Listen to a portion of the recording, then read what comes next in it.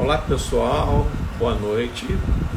Hoje é o dia 15 de setembro, um dia que vai ficar marcado na história do Laboratório de Ciências Ambientais, com muita tristeza, pois hoje perdemos uma das pessoas importantes do laboratório, que veio junto comigo e com outros colegas também para consolidar o Laboratório de Ciências Ambientais.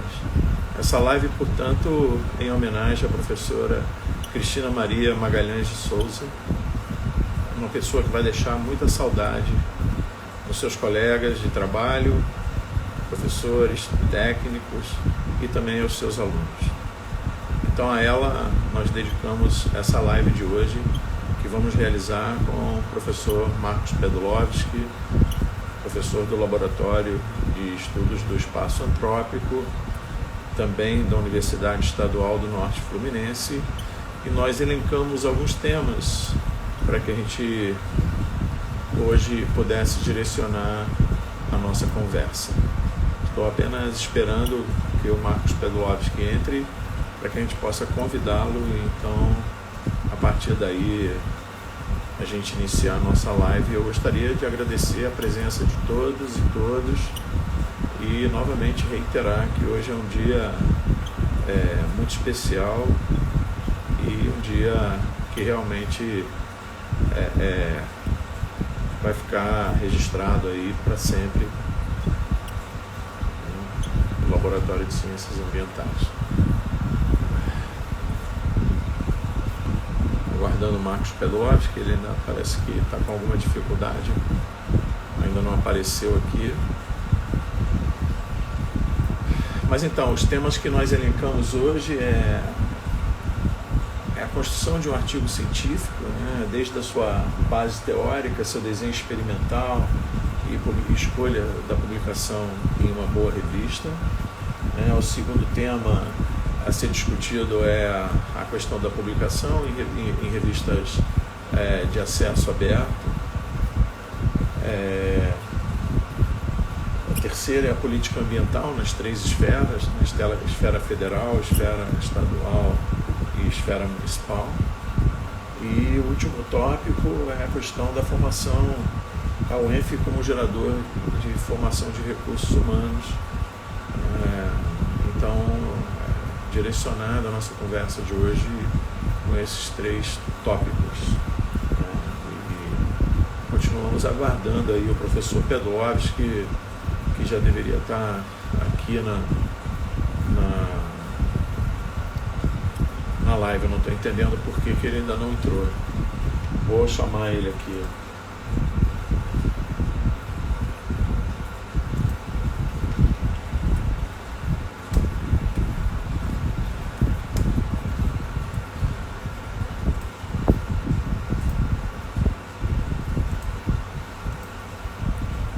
Sim, Regiane, nós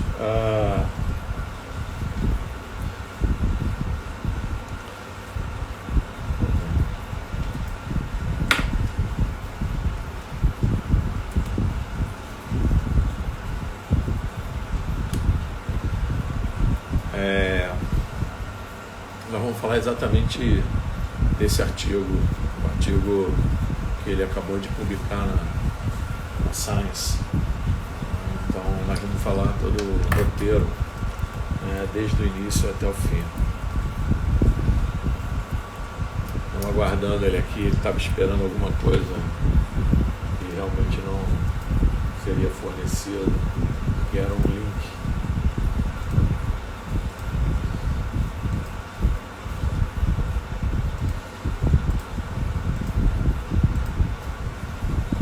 Acabou de entrar agora, vamos convidar o Pedlovski.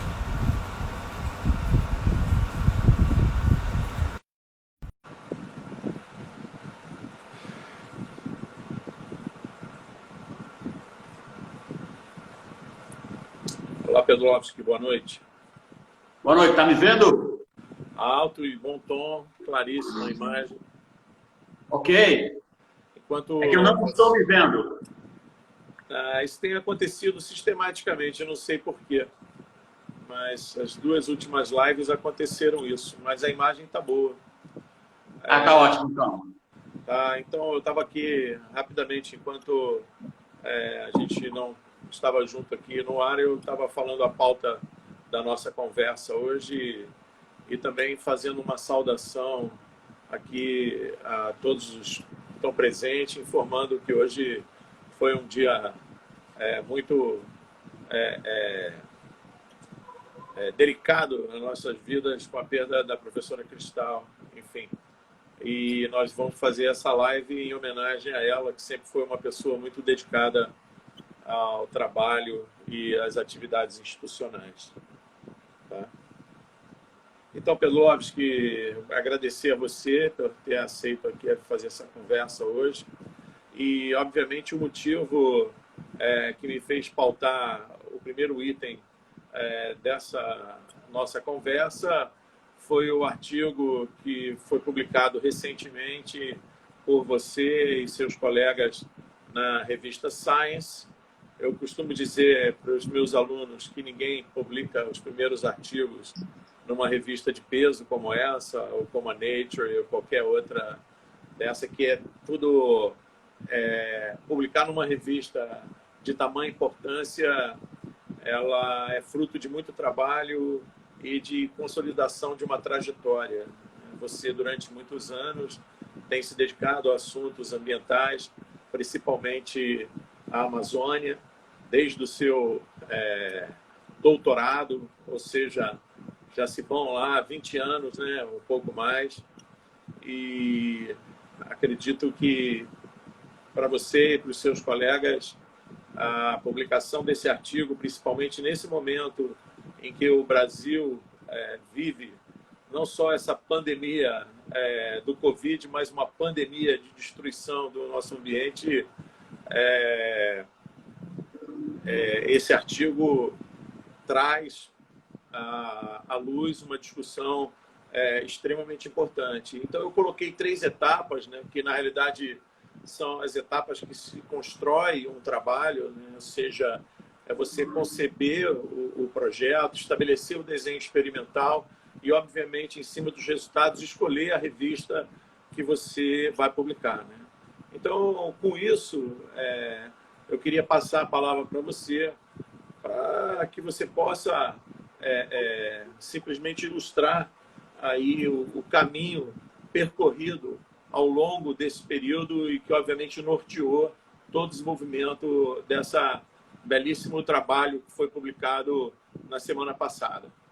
Boa noite. Olha só, Carlão, acho que essa é uma questão interessante, porque a história desse artigo, ela começa em 1998, quando, assim que eu cheguei na UENF, eu cheguei aqui na UENF em janeiro de 98,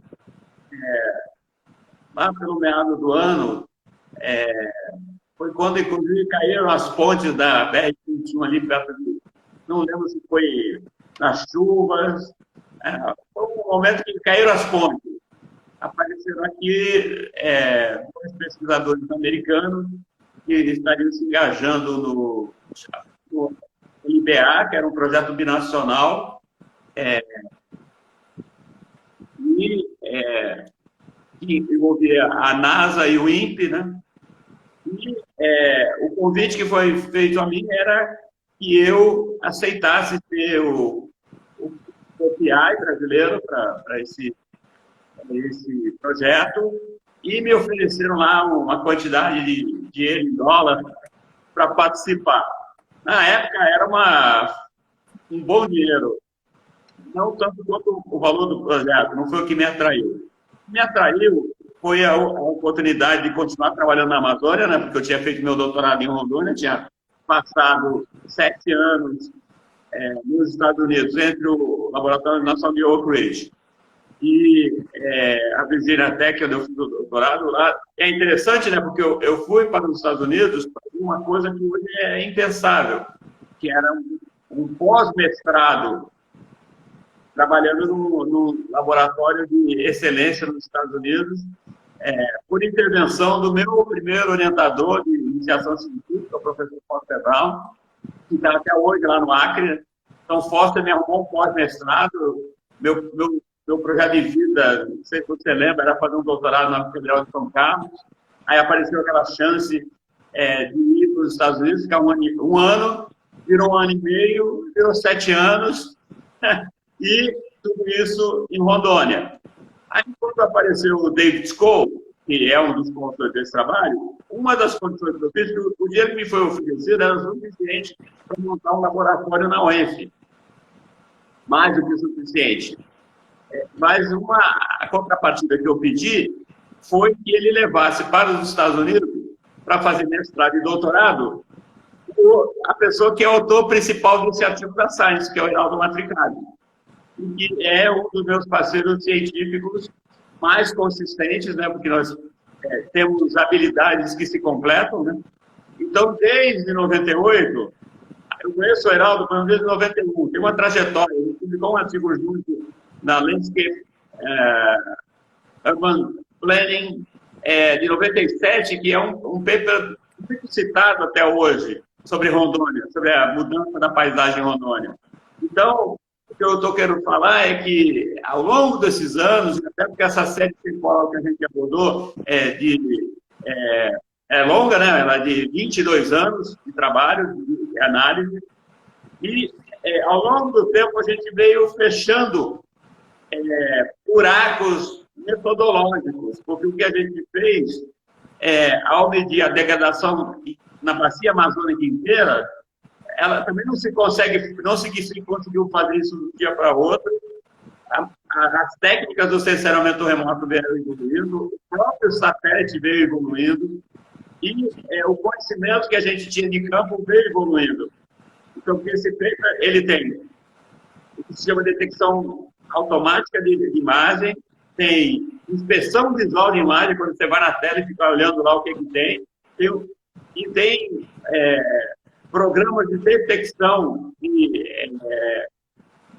o que a gente chama de degradação críptica, que é aquela que está meio invisível, né?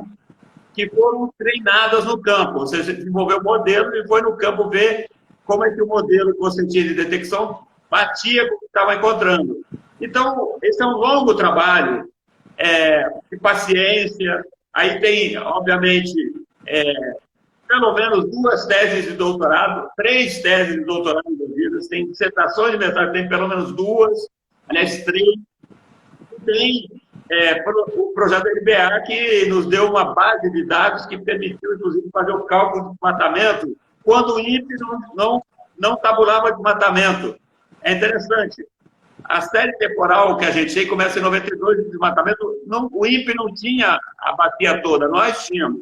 Então, um dos problemas que se teve foi casar as 2 bases. Então, tem uma diferença, inclusive, entre o desmatamento que a gente mede conjugando as bases nossas com o do INPE, com o que o INPE diz que tem de desmatamento. Mas não é um problema de erro nosso, é que as bases não casaram perfeitamente. Então, o que eu estou querendo dizer é que a gente vê, publicou na Science, mas aí teve um trabalho que envolveu a equipe lá nos Estados Unidos, também teve, eu estou falando da tese de doutorado e mestrado só no Brasil, mas também teve nos Estados Unidos um grande esforço lá no Departamento de Engenharia Florestal no Michigan State. Então, a ciência, e aí a gente fica pensando assim, uma das grandes questões que eu sempre, e é óbvio, falando com você é um exemplo disso, que tem gente que fala que a gente não pode almejar fazer pesquisa de ponta, só porque a gente vem para uma universidade pequena no interior do estado do Rio de Janeiro.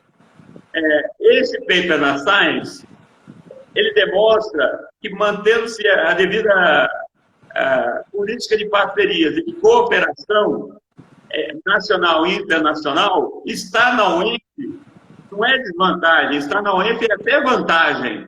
Basta que as pessoas se concentrem nos alvos corretos e estabeleçam uma rotina de pesquisa que as possibilite, ao longo do tempo, construindo uma estrutura de entendimento da realidade. É o que, por exemplo, você fez com os estudos longitudinais na bacia do Paraíba do Sul.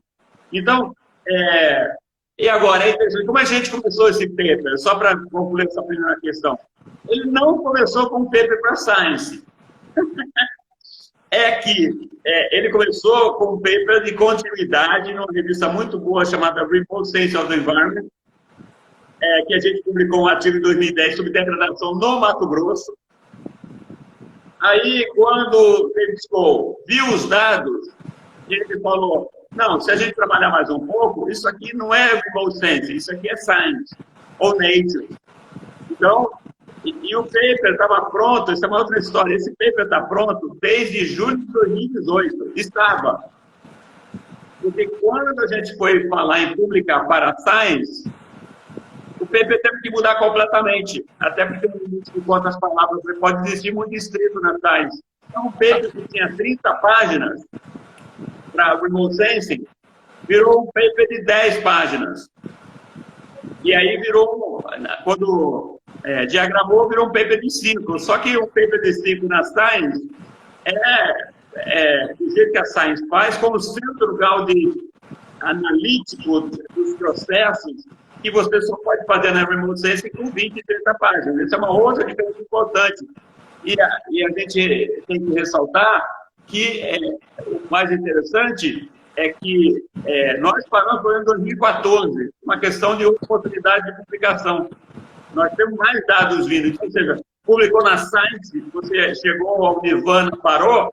Não, o trabalho da ciência nunca para, né? Alô? Eu estou com ruído aqui, você está ouvindo esse ruído? Não.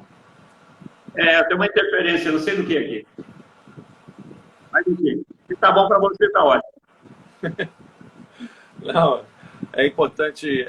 Também eu gostaria de falar um outro detalhe, né? Porque toda instituição, quando tem um artigo de impacto tão relevante como esse, estabelece uma estratégia de divulgação, né? Por exemplo, a gente vê a FAPESP sempre divulgando trabalhos quando sai numa revista de impacto como essa, né? Talvez seja o ar-condicionado aqui que eu liguei, peraí.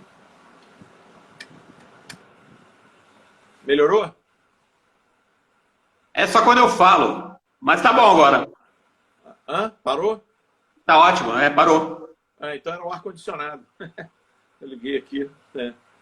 Então, toda instituição, quando tem um artigo de peso desse publicado, faz questão de mostrar, né? Porque isso é uma, eu diria, a vitrine da instituição, né? E realmente, assim, na UENF, a gente tem uma timidez muito grande só para mostrar esse tipo de conquista, né? E realmente eu vejo que depois de uma semana praticamente do artigo publicado, ainda não temos nenhuma manifestação formal por parte da instituição. Então, eu acho que isso, para mim, é muito emblemático, porque nos leva a um item que é, para mim, a célula máter da UENF, né? Que ela foi criada exatamente dentro da pesquisa, né? Como sendo realmente um elemento de transformação, não só no ensino, mas um elemento de transformação social para essa região aqui tão combalida socialmente, combalida na formação de recursos humanos, né? Então, realmente eu fico muito chateado de estarmos vivendo um momento negacionismo na UENF, né? Porque essa é uma conquista fantástica, né? Simplesmente me mostra que essa situação do Brasil ela penetrou por dentro das instituições de uma forma muito ruim, né? Então, isso eu queria deixar registrado como uma observação minha, né? Uma observação de uma pessoa que acompanha com muita, digamos, muito cuidado a ciência dentro da UENF, dentro do estado do Rio de Janeiro e também do Brasil. Então, eu queria aqui, nesse primeiro módulo da nossa conversa, parabenizar o esforço da equipe, da sua equipe, e parabenizar você, né, cara, que já conheço há um bom tempo e sei da sua dedicação e interesse pelo Amazonas, pela floresta amazônica, e principalmente agora que nós temos tendo esses eventos de queima tão intenso, que já chegaram ao Pantanal e tudo, esse tipo de estudo deveria estar sendo mostrado com muito mais visibilidade, não só dentro da instituição, mas fora da instituição. Então, isso realmente, para mim, é uma coisa que me preocupa muito por parte de ser uma pessoa que está na UENF desde o seu início. Tá? O segundo ponto, Pedro Alves, que eu queria conversar contigo, é a questão das publicações em revistas de acesso aberto. Né? Eu coloquei aqui quais seriam as barreiras e os benefícios que a gente poderia enumerar. Né? Porque, na realidade, existe uma crítica muito grande. No caso do Brasil, a gente tem uma vantagem fantástica. Né? O periódico CAPES, que nos possibilita acessar inúmeras revistas de forma gratuita, ele realmente, eu diria que é um presente que ainda não foi atacado por parte das pessoas que têm demonstrado um total desapreço, vamos dizer assim, da ciência e do próprio apoio ao ensino público e às instituições públicas, né, como um todo. Então, mas existe um segmento da comunidade científica que tem colocado muito essa possibilidade da gente publicar em revistas abertas. Mas a gente tem alguns comentários. Né? Por exemplo, você publicar um artigo numa revista de impacto ou em qualquer revista de acesso aberto, o custo é relativamente elevado. Né? Então, nem todo mundo tem recurso para pagar, por exemplo, vamos dizer, $1.000 para publicar numa revista de acesso aberto. É óbvio que você ter a possibilidade de publicar numa revista de acesso aberto é bom para quem não tem acesso ao periódico da CAPES. Né? E você, obviamente, vai dar uma possibilidade de visibilidade maior ao seu artigo. Mas, por outro lado, por parte de quem está publicando, existe esse, vamos dizer assim, esse inconveniente de você ter que ter um montante de recursos relativamente elevado. Né? Então, fica a situação um tanto ou quanto delicada. Por exemplo, na Alemanha, conversando com o nosso amigo Thorsten, ele falou que é uma política de governo publicar em revista de acesso aberto. Né? Agora, tem um outro aspecto também, né, Pedro Alves, porque, na realidade, por exemplo, eu sou editor de uma revista de acesso aberto. Não trabalho de graça. E os papers são extremamente caros, né, para você publicar lá na faixa de 1.000 e tantos euros, por exemplo. E os revisores, por exemplo, se eu te convidar para você revisar um artigo, você não vai receber absolutamente nada. Né? Então, quer dizer, tem todo... Quem trabalha, os editores trabalham. Eu, por exemplo, sou um editor, talvez os editores mais tops recebam. Eu não recebo absolutamente nada para trabalhar. E há uma demanda contínua, ainda mais agora nessa época de pandemia, o que chove de artigo e pedido de revisão está extremamente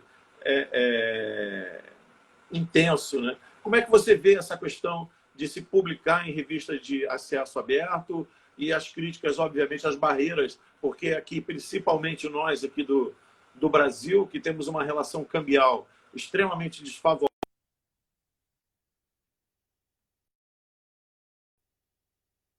né?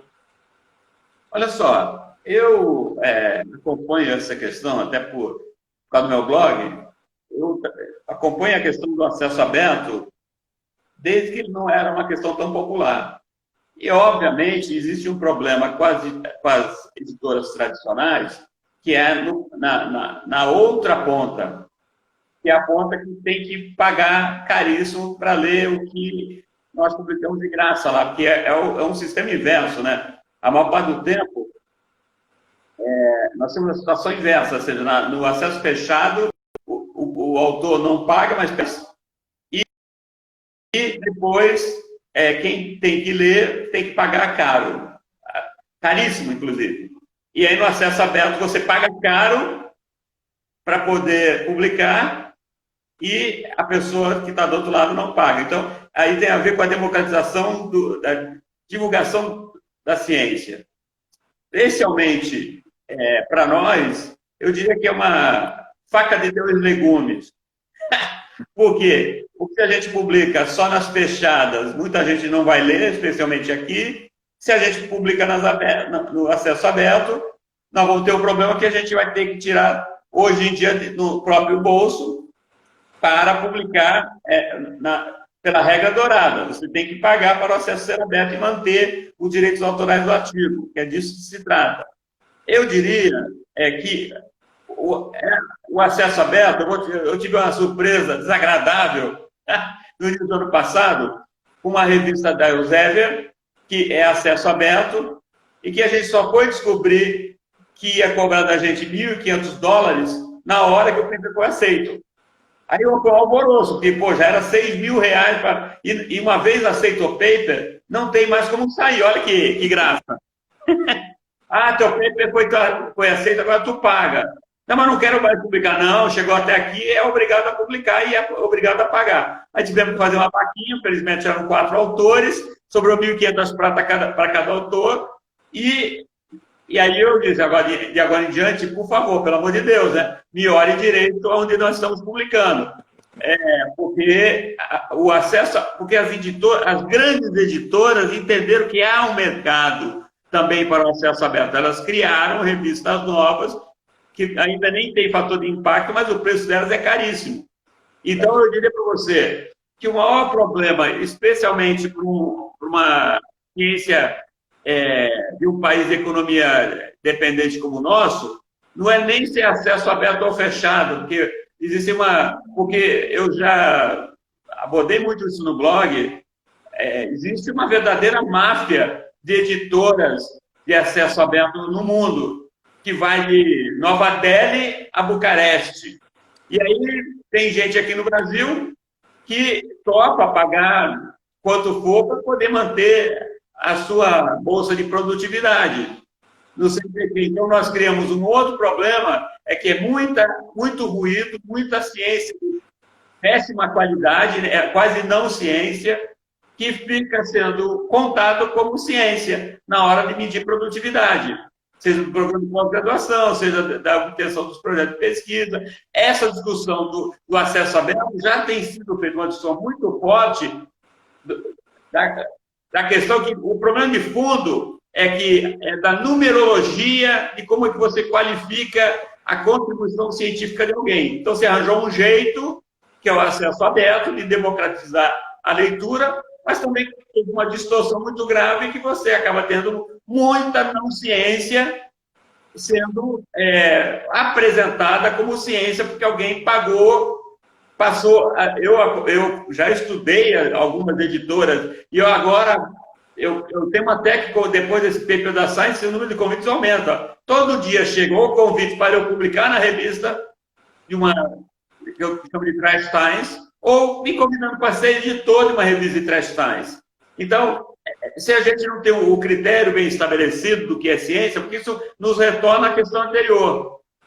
O que deveria importar, especialmente para o Brasil, onde até recentemente o Estado bancava a ciência, não deve ser tanto a quantidade de artigos. O sujeito diz, eu publiquei 180 e tantos artigos. E daí você vai lá, normalmente o cara vai ter 180 e acesso aberto e alguns de origem duvidosa, ok? Aí, não, mas esse cara não sei o quê, esse cara não sei o que lá. Acho que esse é um problema. Então, inclusive, como essas lives é muito menos quem não está nos vendo, né? Mas quem nos verá, especialmente, é o critério que deveria orientar qual é a busca que a pessoa está fazendo quando ingressa na comunidade científica. Se ela só está atrás de algum tipo de benfeitoria econômica, está entrando no lugar errado. Porque não é aqui, não é na ciência, em nenhum país do mundo, os cientistas são os que são melhores remunerados. Aqui é uma opção profissional, que ninguém tem que viver que nem mendigo, mas, ao mesmo tempo, ninguém vai ficar rico fazendo ciência. Normalmente não é isso que acontece, a não ser que o cara faça ciência, depois escape com o produto que ele gerou para a iniciativa privada, isso também acontece, Mas nós que estamos fazendo ciência, e entre outras coisas, que é para esse ganho de uma massa de conhecimento em proveito do desenvolvimento nacional, que é o meu caso, acho que é o teu caso também, de muita gente que nós conhecemos, a gente quer gerar uma massa de conhecimento que alavanque o processo de desenvolvimento econômico do Brasil. Então, a gente tem que pensar, acesso aberto, é mais fácil publicar, é só pagar, mas vale a pena? Eu tenho que ficar arriscando em revista de qualidade duvidosa só para ter um número X de artigos? Aí você vai perguntar, você tem tantos artigos aí, mas qual é a sua contribuição para a ciência? Qual é a sua contribuição para o ENF, por exemplo? O que você consolidou como linha de pesquisa? Quantas pessoas você formou? Você começou falando hoje da morte da Cristal. Ela teve uma carreira equilibrada, que ela esteve em todas as áreas de atuação. Ela será uma pessoa que será importante na formação, sempre será importante, apesar dela ter abandonado esse plano físico nesse momento. Por quê? Porque ela teve uma contribuição sustentada em diversas áreas em que ela atua dentro da instituição. Então, muitas vezes, ela fala, não, mas essa pessoa poderia ter publicado mais. Mas publicar mais nem sempre significa coisa alguma. Então, muitas vezes, por exemplo, eu tenho que falar da história do meu blog. Se você lembra, teve um momento que eu criei o blog porque eu estava insatisfeito só com essa coisa do paper. Eu já tinha algo feito, uma série de publicações internacionais. Eu criei o blog em 2011, eu já tinha um paper de impacto na Remote Sensing, na linha do artigo que saiu na Remote Sensing. Aí, não, esse não é mais pesquisador, isso é um blogueiro, isso não é mais sério, nunca foi sério, porque ele é sindicalista. Inclusive, o pesquisador ele não é obrigado a ser sindicalista também, mas ser sindicalista durante o tempo que a gente é da instituição é parte do aprendizado que a gente tem, né? Você passou por esse processo também. Então, eu acho que a gente tem que pensar que o cientista, quando a gente pensa, eu sempre penso um cara, por exemplo, que era um cara assim, muito sacana, né? Que era o Feynman. Então, o Feynman vivia dizendo, olha só, uma vez eu fui numa história engraçada dele, né? Que ele foi numa usina atômica para inaugurar. Aí o militar, que o Feynman estava lá nos Estados Unidos, né? Aí aperta o botão para iniciar a usina nuclear, Dr. Feynman. Aí ele foi lá e apertou o botão, e aí ligou a usina nuclear. Daí depois ele falou, pô, ainda bem que eu apertei o botão certo, que eu achei que eu ia explodir aquele negócio todo. Então, porra, às vezes a pessoa tem uma contribuição que você está esperando que ela seja suprassumo, porque ele já publicou não sei o quê. Não, às vezes a pessoa está na comunidade científica e vem fazendo um trabalho que é de construção. Então, a UENF, eu tenho que lembrar, ela é uma instituição ainda muito jovem, ela acabou de fazer 27 anos. Então, tudo que nós estamos fazendo agora, a minha expectativa é que ela sirva para gerações futuras. Então, eu acho que, voltando assim à segunda questão, eu acho que o acesso aberto pode ser bom, tanto quanto o acesso fechado. Aonde a gente vai ter que ter são critérios, inclusive éticos, se você está procurando o acesso aberto para que a sua pesquisa seja mais amplamente difundida e que ela tenha impacto, ou simplesmente você pode pagar e publicar qualquer lixo que você tem escondido na mesa. Então, eu acho que, e para os jovens pesquisadores, nós temos que abandonar um pouco a lógica que não é que o cara não tenha que produzir nada, ele passa por uma instituição, fica ali 20, 30 anos, não publica nada, nunca publicou, tem raiva de quem publicou, ou o cara insiste que ele tem que publicar 300 mil papers, só que ele, na verdade, a participação intelectual dele é zero, e muitas vezes ele pagou para estar em qualquer trash science da vida. Eu acho que existe um balanço que a gente tem que procurar, e o balanço se eu estou tentando fazer uma ciência de qualidade. E essa é a questão, porque muitas vezes, por exemplo, o processo desse artigo da Science foi muito interessante, porque a Science normalmente aceita ou rejeita, ok? A gente não foi rejeitado pelo editor. Só que a gente tem que fazer 3 rodadas de revisão. Cada rodada de revisão disso teve que fazer uma reunião de Zoom que durou 2 a 3 horas. E depois dessas reuniões de Zoom, teve uma resposta para o editor da Science, 3 respostas, em torno de 5 páginas de respostas sobre os elementos científicos. Então, eu posso dizer, nesse paper da Science, eu fiz muito mais ciência, eu pensei muito mais ciência do que qualquer outro paper que eu já participei, inclusive como autor principal. Então, às vezes, qual é o quê da ciência? O que você está pensando realmente, criticamente, né, do que você está produzindo? Quais são os defeitos que acharam na sua pesquisa e o que você pode melhorar ou não pode melhorar? Então, isso é um elemento basilar do que deveria ser o comportamento e a formação dos cientistas. E é isso que, em certos momentos, eu acho que aqui no Brasil é difícil e aqui na UENF nós temos passado por momentos complicados. Essa construção que realmente eu gostaria de que fosse abordada, né?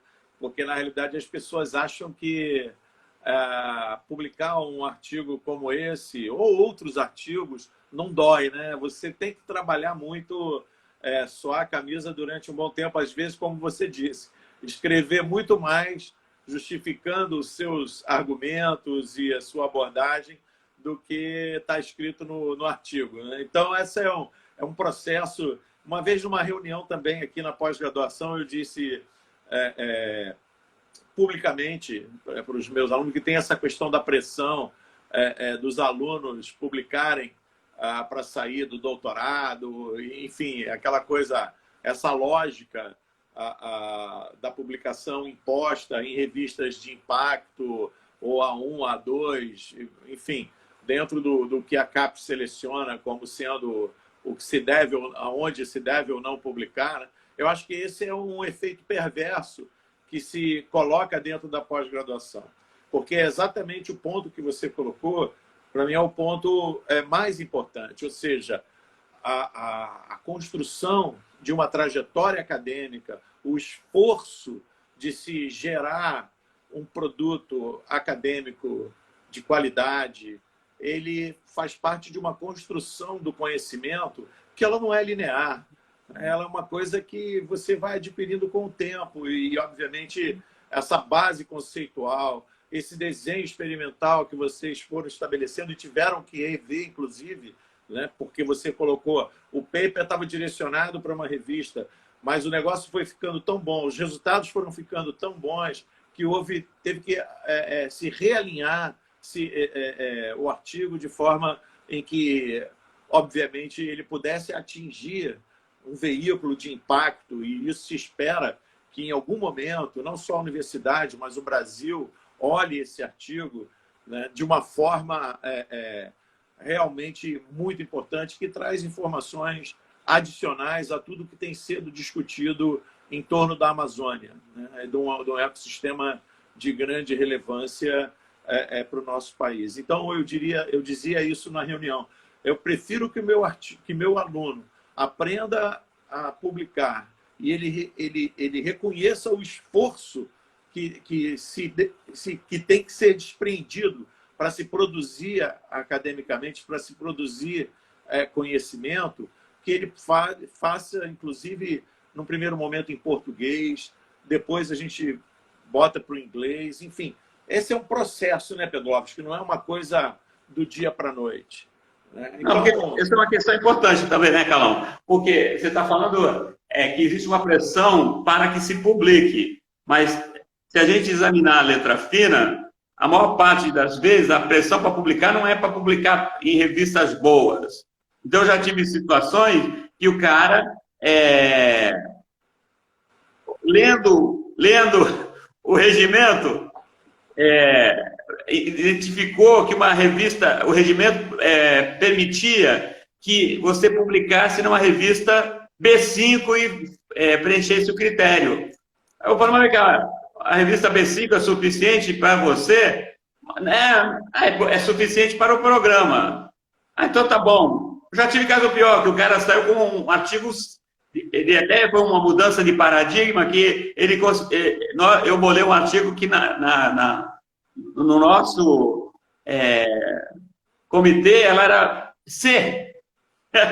E ele preencheu o critério com C, que ele estava a fim de preencher só um critério, ele não estava a fim de preencher uma qualificação científica. Então, às vezes, a gente tem esse problema. Essa questão que a gente também tem que falar, a ciência pela ciência, ela é muito rasa se você achar que você pode optar por construir algo que vai ser uma revista que a CAPES considere ser. Quando deveria estar ambicionando uma A. Ainda que esses critérios quânticos da CAPES não me convençam muito, mas só um exemplo. Se você pode publicar numa A, o que vai se contentar em publicar numa C?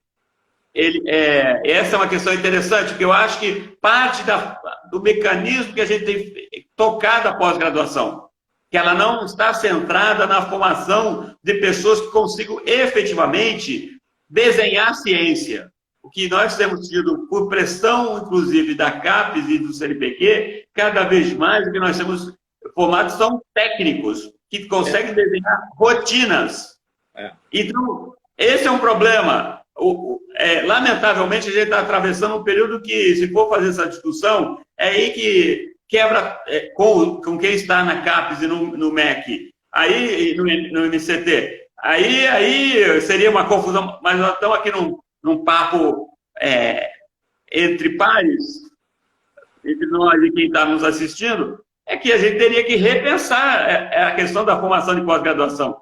Como, por exemplo, o limite que eu vejo é o próprio sistema universitário americano, que eles cada vez mais estão com dificuldade de concorrer com os chineses, porque os alunos chineses são muito mais dedicados a fazer o que está ambicionando a fronteira do conhecimento, enquanto lá nos Estados Unidos ficaram achando que já tinham chegado no limite. Eu lembro de uma discussão que a gente teve com o Eric Volansky, lembra lá em Londres? Que ele, na reunião ele falou para todo mundo, não há mais nada de novo para ser conhecido na ciência. Tudo que tinha que ser descoberto já foi descoberto. E eu, como sou um cara insolente, eu perguntei por que ele diria para o Einstein em relação ao Newton e o Steve Hawking em relação ao Einstein. E é interessante, porque esse tipo de ambição de superação a gente tem que inocular nos nossos jovens pesquisadores aqui no Brasil, porque a nossa tarefa é muito mais drástica, que é formar uma ciência que sobreviva a governos até como o do Bolsonaro. Então, essa questão. Nós temos uma tarefa muito forte aqui no Brasil, é uma comunidade científica ainda jovem e, infelizmente, num momento muito adverso, né, Calma? Você colocou uma questão que me traz assim, né? Discutindo com algumas pessoas que fazem as medições, as métricas de produção e coisas desse gênero, eu estava falando assim, realmente em várias áreas o Brasil mostrou um desenvolvimento em publicações. Eu não vou nem entrar na questão da trash science, vou dizer só realmente na ciência de qualidade, né? Porque essa é uma questão que, para mim, quem publica em trash science não está fazendo ciência, está simplesmente utilizando um artifício para que possa realmente galgar essa numerologia que você colocou aí. Para mim, então, isso aí está descartado. Agora, a geração de marcos conceituais, né, Pedlovski? Por exemplo, um paper como esse que vocês publicaram agora na Science, ele traz alguns marcos conceituais que são novos paradigmas para uma abordagem ecossistêmica na Amazônia. Você concorda ou não? Não, olha só, aí não é nenhuma arrogância que eu vou falar agora. Esse paper que a gente publicou é o que o Thomas Kuhn chama de mudança de paradigma. Ok? Aí, falando sobre quem administra o ENF hoje, se por causa das diferenças políticas que tem comigo não estão tomando o crédito que a UF tem que tomar para si, em ter um dos pesquisadores envolvido num paper como esse da Science. O problema não sou eu. Tem uma instituição liderada por pessoas que não conseguem apreciar a diferença de opinião a ponto de invalidar a publicidade para si mesma. Essa é uma visão bem torta do que é uma universidade. Então, mas felizmente, eu, por exemplo, hoje eu fui fazer uma procura de onde já saiu a citação desse artigo, aí eu descobri que a FAPESP ela tem um lugar lá de resenha de notícias na mídia. Aí a FAPESP resenhou a publicação desse paper a partir do meu blog. Meu blog foi citado na resenha da FAPESP para todos os cientistas de São Paulo como um veículo de divulgação do paper que eu sou coautor. É um negócio muito doido, né? A UENF já deveria ter me procurado na quinta-feira para botar na primeira página do portal da UENF. Mas, como não fez isso, eu fiz no meu blog e a FAPESP já indexou meu blog.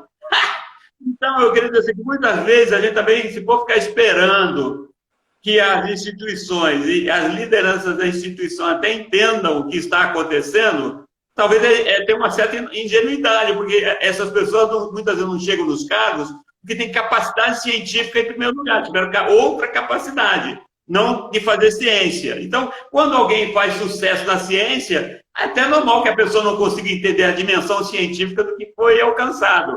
Então, por isso, eu inclusive, não me surpreendo.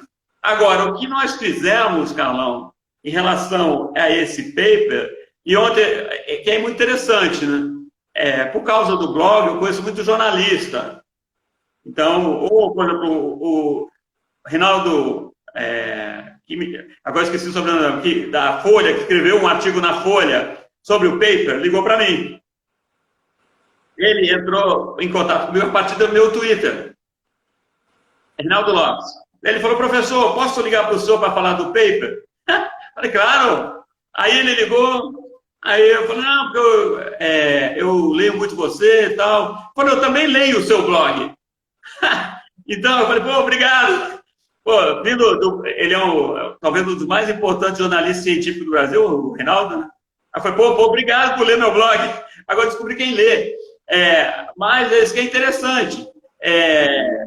Eu diria que em relação ao que nós fizemos, e hoje eu recebi um e-mail muito bacana do Aragão, que foi nosso aluno e é um pesquisador do INPE, me cumprimentando e agradecendo por nós termos estabelecido uma outra picada na floresta, para que outros pesquisadores da comunidade possam começar a fazer outros trabalhos em cima do que a gente fez.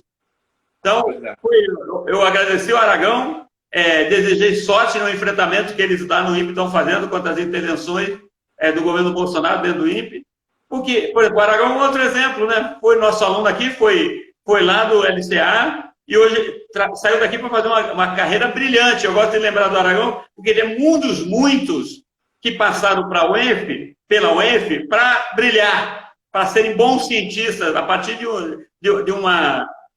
um carimbo UENF no seu nascedouro como pesquisadores, né? E até hoje ele inclusive, contribui como orientador no Ecologia e Recursos Naturais. Então, eu acho isso importante. Então, o que nós fizemos, para quem não leu o paper ainda, até hoje, se falava que a Amazônia tinha 80% de floresta intacta e era 20% de desmatamento. Então, o que esse paper fala? Que só entre 92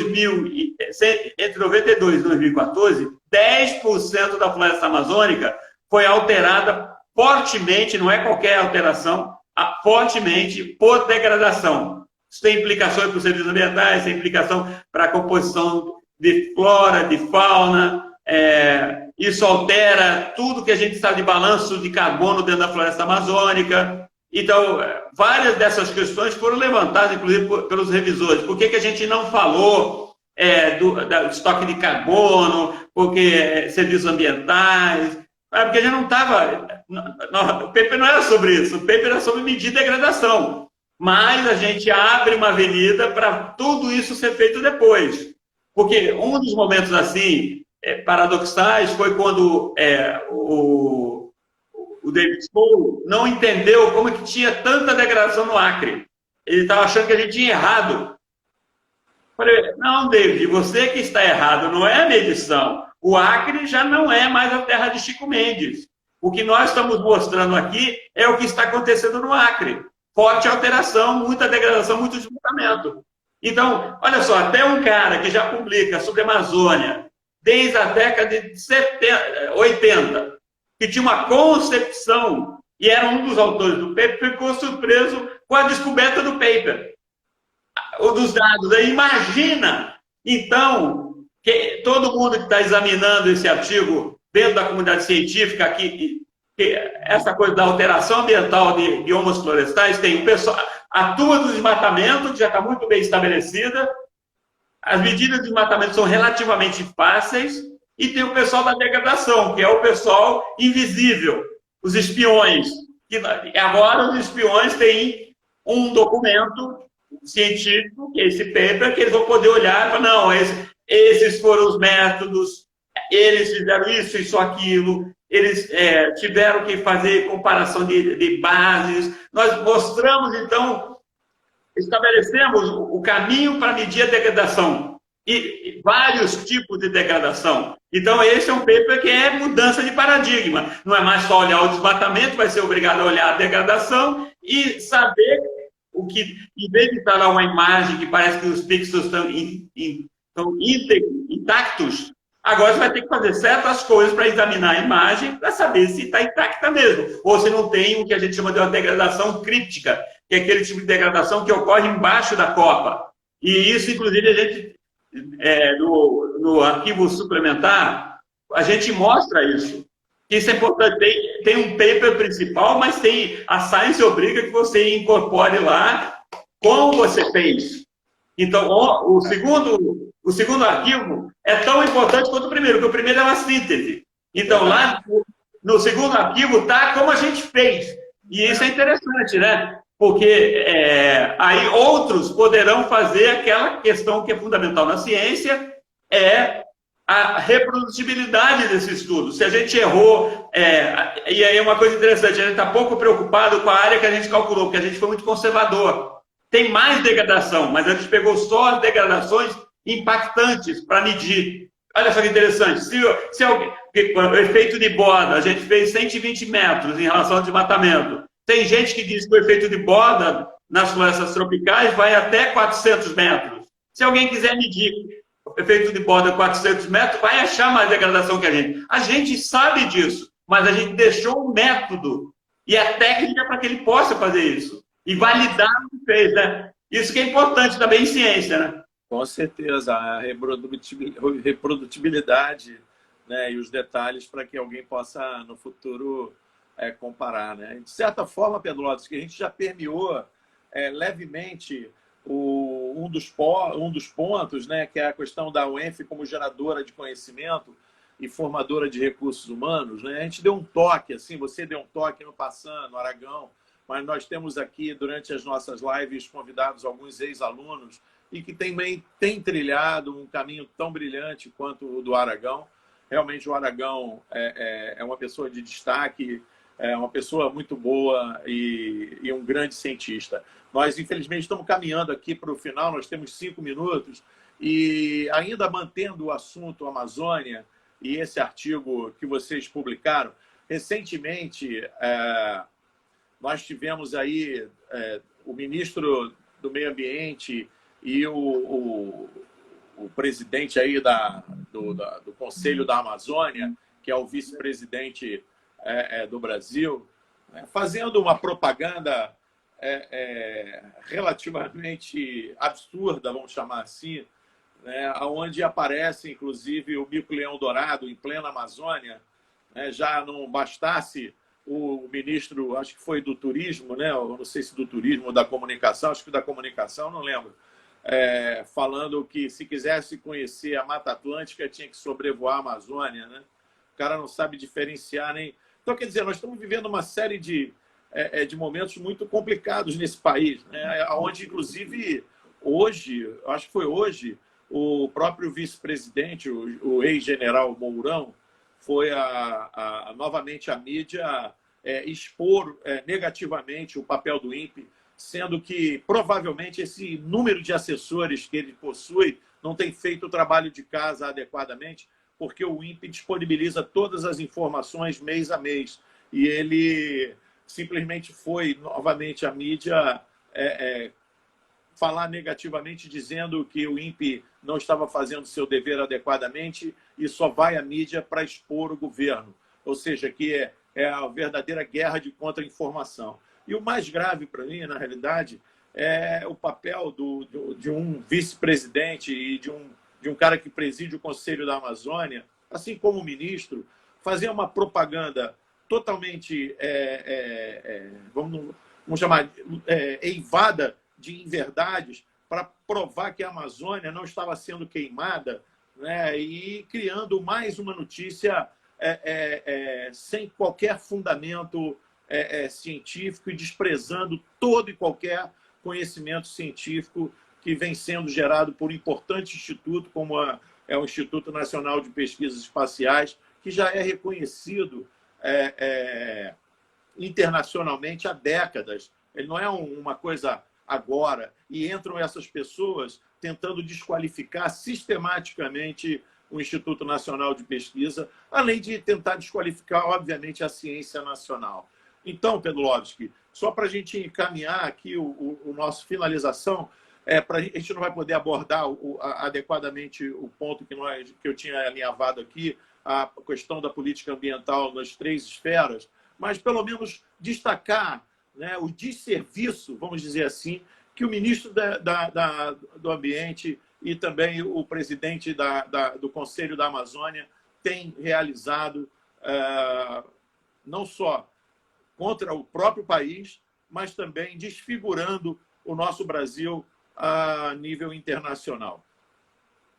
Olha só, eu acho que é interessante. Em relação ao general Mourão, eu acho que faz parte de uma tática chacrinha, confundir para não explicar. O governo Bolsonaro vive de fazer isso. Porque, por exemplo, tem um detalhe que o Ministério da Defesa está comprando por 145 milhões um satélite que tem menos resolução do que o satélite o INPE custa 3 milhões para operar. Então, e além do mais, tem uma série de debates. O que eu queria dizer com aqui, o nosso artigo, o governo Bolsonaro vai ter uma dificuldade maior nas próximas reuniões multilaterais, porque não vai poder mais falar que 80% está preservado. Eu tenho dito para jornalistas que eu estou dizendo, minha opinião é que não tem 65% preservado na Amazônia. E isso é catastrófico, porque pode entrar naquilo que muitos têm falado do ponto de inflexão, ponto de não retorno. Então, vive-se gastando a Amazônia como se ela pudesse se retroalimentar. E não é verdade. Nós temos um limiar do tal do carrying capacity que pode ser rompido. E aí a gente vai ter mudanças catastróficas no clima do Brasil, do Centro-Sul, e a gente está vendo isso já, né? Então, é só dizer que, na verdade, é o lugar da gente continuar fazendo ciência e atravessar esse período que nós temos aí, né? Pedlovski, olha, eu queria muito agradecer a você, agradecer as pessoas que estão nos assistindo aqui até agora. Vou disponibilizar esse vídeo com o Pedlovski no Facebook e vou ter que te convidar novamente, meu amigo, para a gente continuar esse papo legal aqui sobre a questão ambiental, sobre a política de uma maneira geral, e agradecer a você por esse exemplo também de cientista que você é, e obviamente um direcionador de formação de grandes pensadores dentro da UENF e um excelente amigo. Eu queria deixar aqui registrado hoje que o Laboratório de Ciências Ambientais teve uma perda muito ruim, que é a perda da professora Cristina Maria Magalhães de Souza, e esse programa foi dedicado a ela. Tá, uma boa noite e até terça-feira que vem. Até a próxima, Carlão. Um abraço a todos. Tchau.